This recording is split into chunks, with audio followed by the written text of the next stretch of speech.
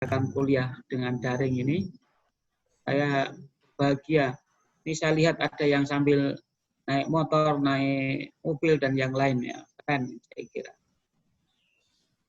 Dan sungguh COVID menjadi berkah bagi kita dalam konteks ini, karena kita dipaksa untuk menjadi familiar dengan teknologi. Sekarang kuliah-kuliah seminar serba daring. Jadi sebetulnya kita menjadi enak karena bisa melakukan sesuatu dari mana saja. Oke, saya ingin melanjutkan kuliah kita karena ini pertemuan terakhir ya.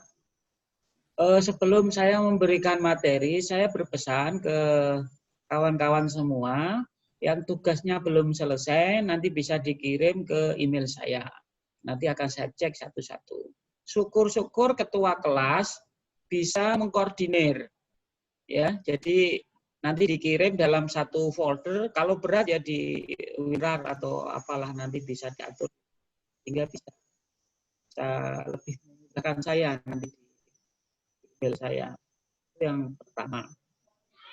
Karena ini kuliah terakhir dan nanti saya akan segera memberikan nilai, maka saya berharap teman-teman tugasnya sudah selesai. Terutama yang dulu memfoto manuskrip tapi sebetulnya bukan hasil foto dia sendiri. Saya cek dulu kan satu-satu kan. Ada yang milik orang lain, ada yang itu. Tolong nanti, itu masih ingat saya itu. Siapa-siapa, tidak usah saya sebutkan satu-satu lah. Ya. Nah itu tolong nanti diperbaiki nanti. Biar saya tidak zalim dengan yang bekerja dengan serius gitu kan. Masa yang bekerja dengan serius nanti nilainya sama dengan yang tidak bekerja sama sekali. Saya kira itu aja pesan saya pertama, ini terkait dengan. Nah, saya ingin menyampaikan dari semua yang sudah saya lihat dari manuskrip-manuskrip yang dikumpulkan teman-teman, ya, saya akan share semoga nanti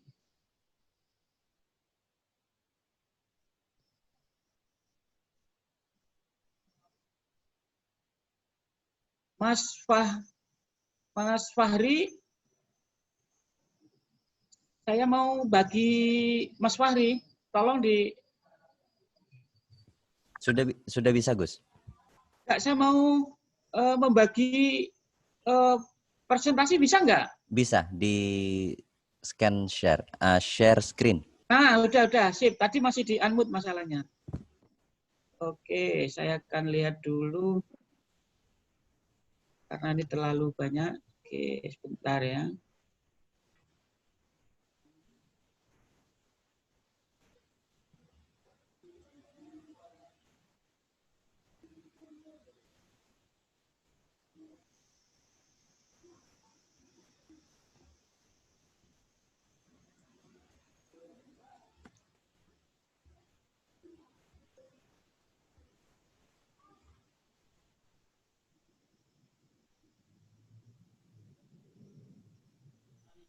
Oke, bisa dilihat ya? Bisa? Oke. Nah, ini yang beberapa yang saya temukan dari hasil yang dikumpulkan oleh teman-teman. Jadi kira-kira ini kalau nanti mau diteliti, itu yang pertama itu yang lebih banyak itu bicara tentang agama. Ya, agama dalam hal ini fikih. Kemarin kita sudah bicara ya, ilmu-ilmu alat ya, nahwu, sorof, ilal kita menemukan itu. Ilmu Al-Qur'an kita bisa melihat itu. Ada juga mushaf ya. Kemarin di kelas ini kita menemukan itu. Juga ada doa-doa. Dan ini saya kira yang paling dominan. Kalau ini bisa diteliti ya dalam konteks melihat bagaimana perkembangan keilmuan di Madura atau wabil khusus di Sumeneb itu menarik ya. Dari teks agama saja, keagamaan ini misalnya kita bisa meneliti tentang jejaring keilmuannya, muridnya dan yang lain. Yang kedua, nanti di slide selanjutnya nanti saya jelaskan. Yang kedua, ada yang bicara tentang pengobatan ya, jampi-jampi, mantra, ada herbal. Ya teman-teman, ya meskipun tidak bisa baca karena pakai bahasa Jawa, nah, dan itu masih kita temukan. masih kita temukan dan itu ada di Sumeneb. Terus terkait dengan ekonomi. Dalam ekonomi ini kita bicara ada perjanjian, kita lihat surat menyurat yang itu terkait dengan persoalan ekonomi, ya jual beli, ya itu bisa kita temukan. Ada juga yang berkaitan dengan ya saya sebut ini dengan simplistis aja, hal-hal yang bersifat sosial atau sosiologis, ada catatan-catatan harian, ya meskipun tidak dominan, ya tapi ada meskipun tidak dominan. Kemudian ada yang berkaitan dengan budaya. Itu ada babat, ada kisah-kisah. Ya, kemarin yang kita temukan kan ada beberapa kisah para nabi, ya, ramalan, ya kita temukan. Juga ada yang berkaitan dengan politik, ya, strategi perang, ya. Meskipun tidak banyak, dari semua jenis itu, ya ini saya membuat tipologi yang lebih memudahkan aja. Yang paling banyak adalah agama. Agama dalam pengertian Islam di sini, ya, yang paling banyak fikih, ilmu alat, kalam, sebagian ya, kalam, ulumul Quran, mushaf dan doa-doa itu basisnya. Apa artinya kalau bisa dilihat dari sini? Ya orang-orang Sumeneb itu sangat religius gitu. Kalau mau disimpulkan sederhananya sangat religius dalam pengertian bahwa sejak dalam konteks transmisi keilmuan itu bisa dilihat dari manuskrip yang ada di Sumeneb. Karena teks ini menggambarkan peradaban yang berkembang di Sumeneb. Nah, bagaimana kita bisa meneliti hasil temuan ini? Nah, saya ingin bagi yang simpel saja. Nah, ini. Kalau mau teman-teman misalnya mau meneliti ya, misalnya begini, satu, kita bisa melihat dari sejarah pendidikan keagamaan di Sumeneb misalnya. Bisa dikaji, bisa. Ya. Ini peta ini saya buat berdasarkan manuskrip yang kita temukan bersama-sama.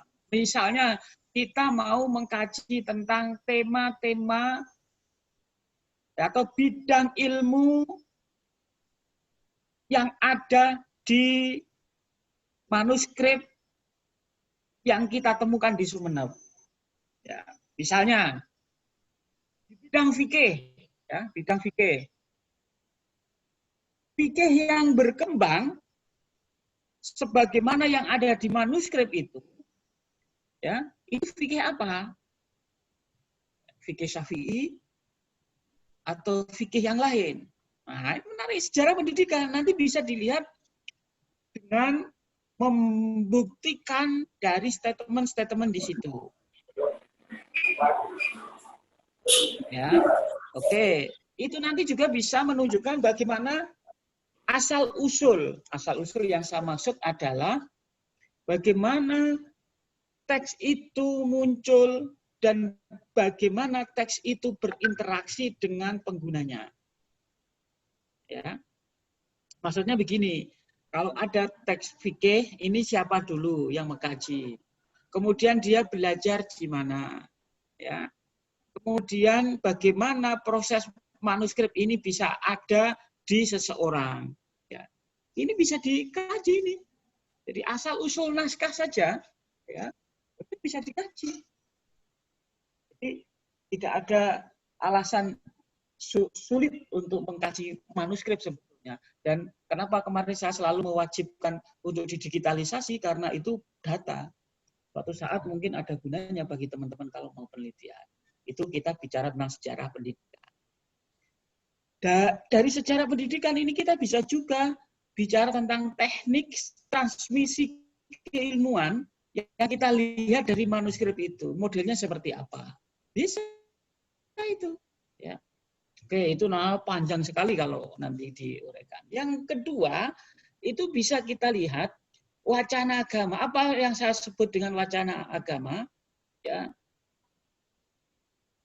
Misalnya sekarang, ya, wacana agama sekarang ini ada pandemi.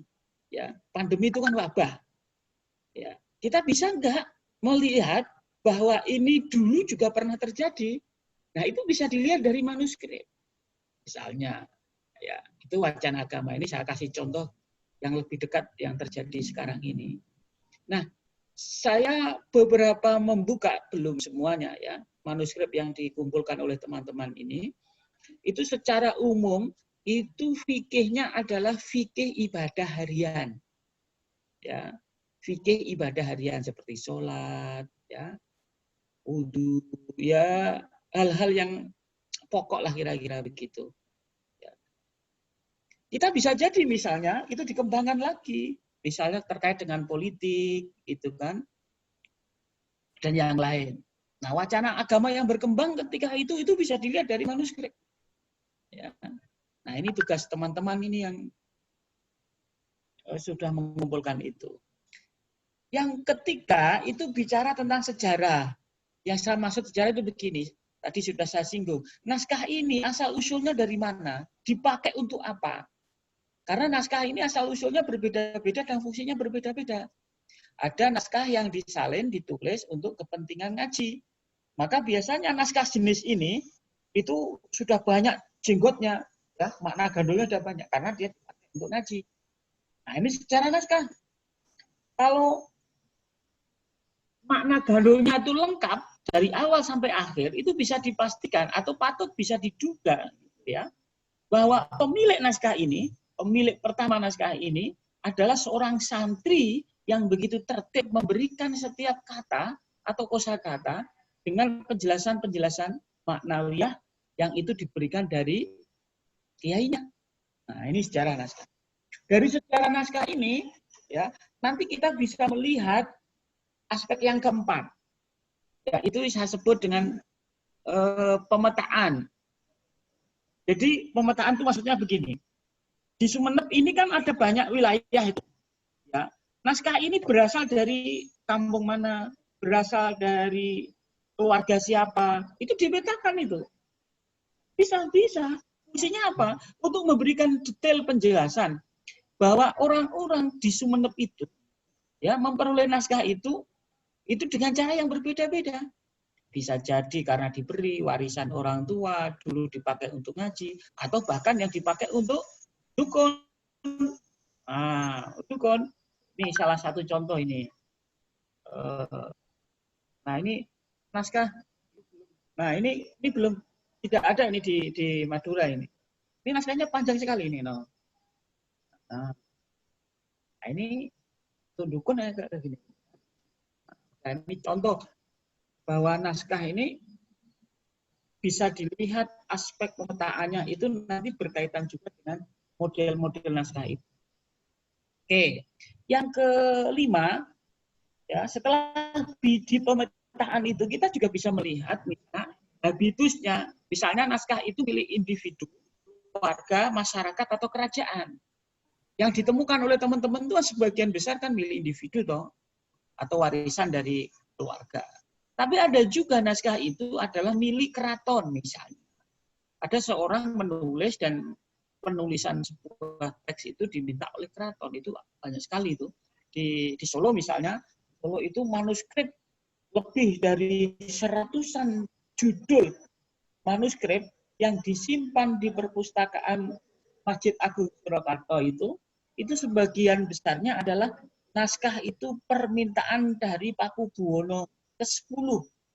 Jadi para kiai ulama ketika itu diminta untuk menulis, dan ketika sudah selesai itu di bagian akhir itu selalu diberi penjelasan bahwa ini teks manuskrip, ya, yang dipersembahkan kepada Pakubuwono X. Nah, kenapa bisa begitu? Karena ya kayak sekarang lah, orang menulis itu karena ada program dari pemerintah, misalnya begitu. Dan itu yang ditulis macam-macam itu. Ya, ada fikih, ada tasawuf, ya. Oke. Kemudian selanjutnya itu soal jejaring. Jadi dari naskah kita bisa melihat jejaring keilmuan seseorang, silsilah guru muridnya, kerabatnya. Ya. Dari situ juga itu kita bisa melihat sanad jelas keilmuan seseorang. Keilmuan seseorang.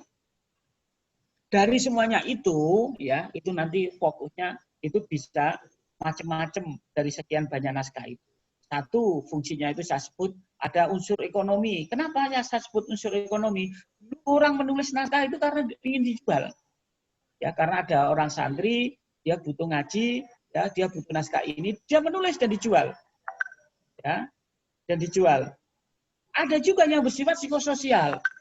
Naskah itu ditulis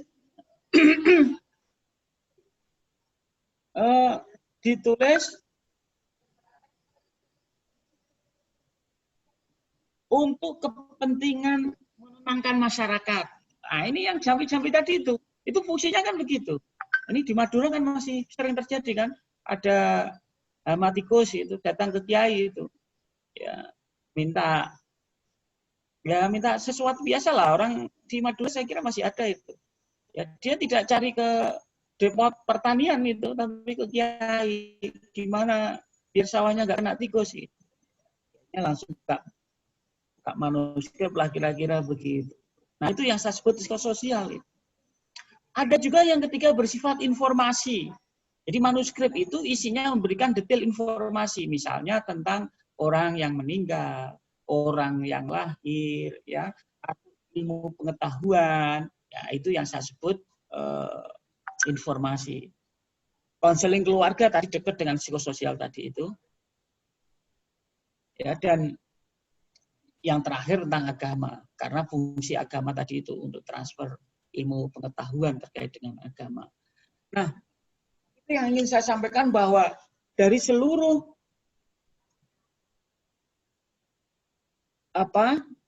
manuskrip yang kita temukan, ya, kira-kira kalau dipetakan seperti itu. Nah, ini saya memberikan peta ini biar teman-teman nanti kalau mau mengkaji itu sudah punya petanya. Dan manuskrip digital manuskrip ini kan masih tersimpan kan nanti di Instika. Suatu saat saya yakin pasti ada gunanya. Ya, ada. Itu yang ingin saya sampaikan. Kalau ada pertanyaan nanti silahkan, ya, disampaikan. Nanti saya akan jawab. Nanti di sesi yang kedua nanti saya akan menjelaskan tentang bagaimana riset penelitian filologi itu dilakukan. Ya, nanti saya sampaikan itu. Ini Gus, kita selesaikan dulu buka room baru. Ya, oke. Ini waktunya sudah mau off sendiri nih. Tapi sudah 40. Ya, enggak apa-apa. Nanti langsung nyambung. Makanya tadi saya minta 2 biar kita enak. Oke. Alhamdulillah.